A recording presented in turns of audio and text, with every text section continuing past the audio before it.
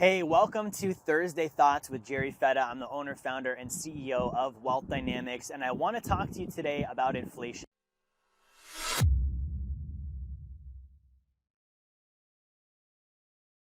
This has been a topic that I've addressed before, but it's been going on for years. Like inflation started first becoming a thing in 2020.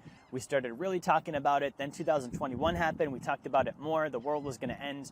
2022 happened. It was a thing. It's now 2023. We're still talking about it, right? So what is inflation? People think inflation is the prices of things increased, right? So the prices of things increase, sure, but it's not like they got more valuable, more expensive, right? So when we look at inflation, we say, okay, well, the price of a house went up. Think about this. The house is now older, right? It's not any better or any different, right? And so why would the price of the house go up? If you look at an older home, like it's actually dilapidated. The wood is older, the floors are creaky, you're gonna have to fix the roof. Why in the world did that thing get more expensive? It's not because it got more valuable. So this is where we have to detach price and value. This is my thought on this. So inflation is actually an increase in the money supply. So here's my bottle. Okay, my film crew hates it when I have my bottle in the shop, but I'm gonna use it as an example. So let's say that I fill this up with my First Form pre-workout powder, right? And I fill it up halfway with water, halfway with powder. Okay, it's gonna taste pretty strong.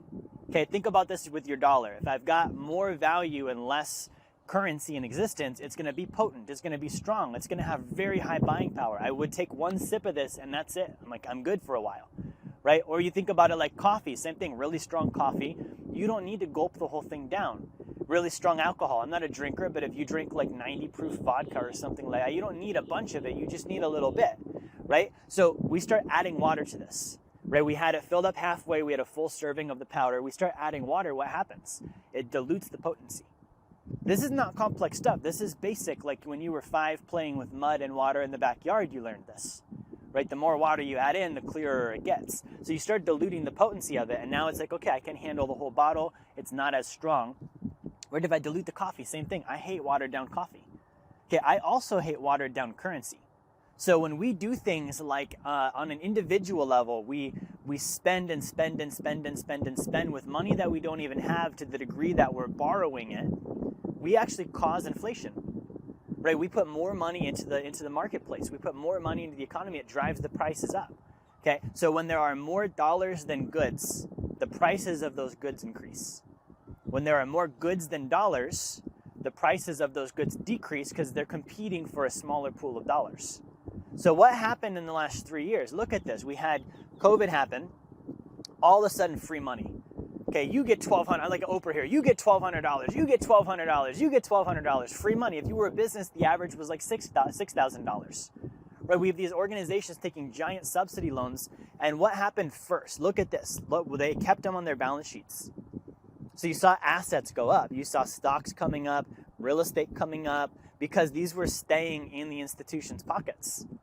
Their holdings went up, their cash balances went up, right? So you have this growth. More dollars entered the picture.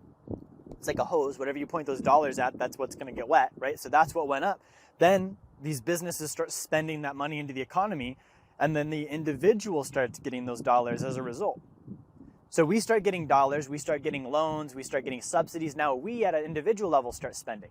Okay, like the whole COVID loan thing. I know people that committed fraud with it, where they got their COVID loan and they bought a Lambo with it. Right? Well, that just inflated the value of that Lambo. The price went up. People are buying things, right? So we have an existence of more currency right now and less goods.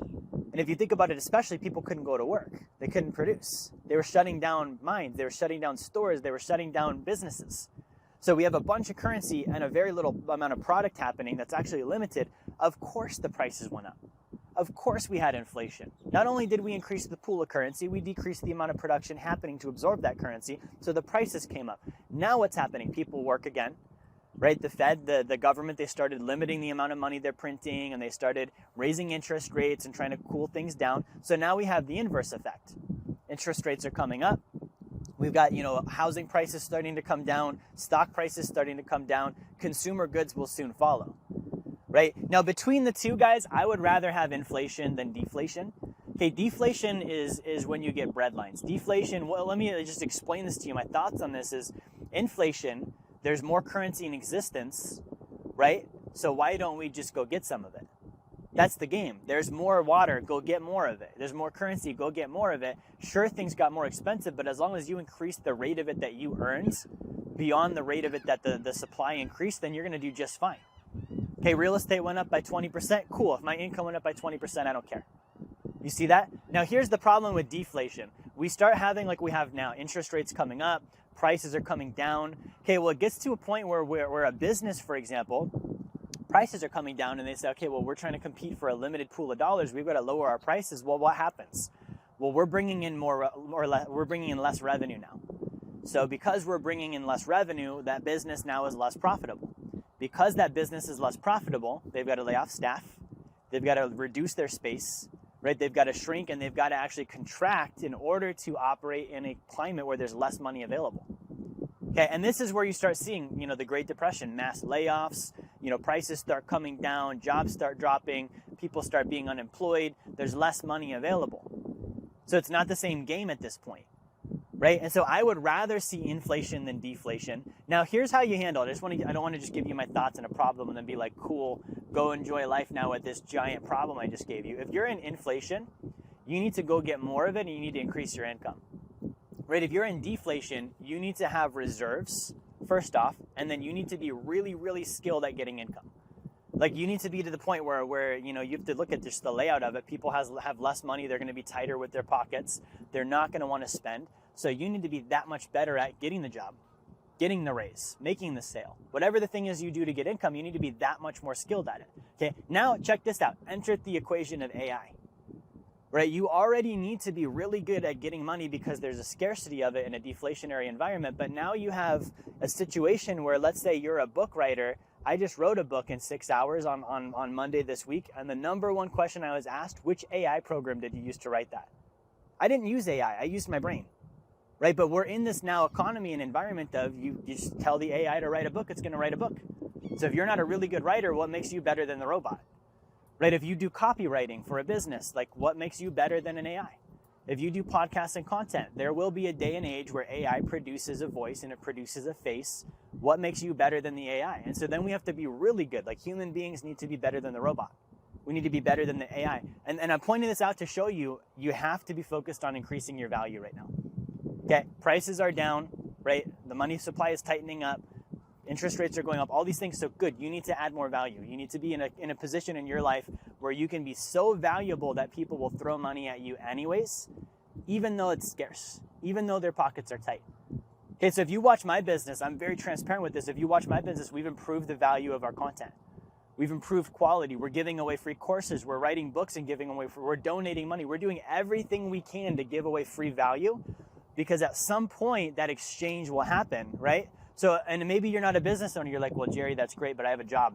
Okay, I'm a W-2. I'm an hourly worker. Great. Do a better job. Like, be the better employee. Be the number one person in that business. Be unfireable. Be promotable. Like, all these things come back on you and I. Right? So, in an inflationary environment, it's on you. Go earn more income. There's more money to be had. Go get more money. In a deflationary environment, it's on you. Do you have reserves and can you increase your value to get even more money when things aren't flowing as much? So those are my Thursday thoughts today. That's how I think the environment is right now. This is how I would handle it. If you need help with these things, reach out to my team.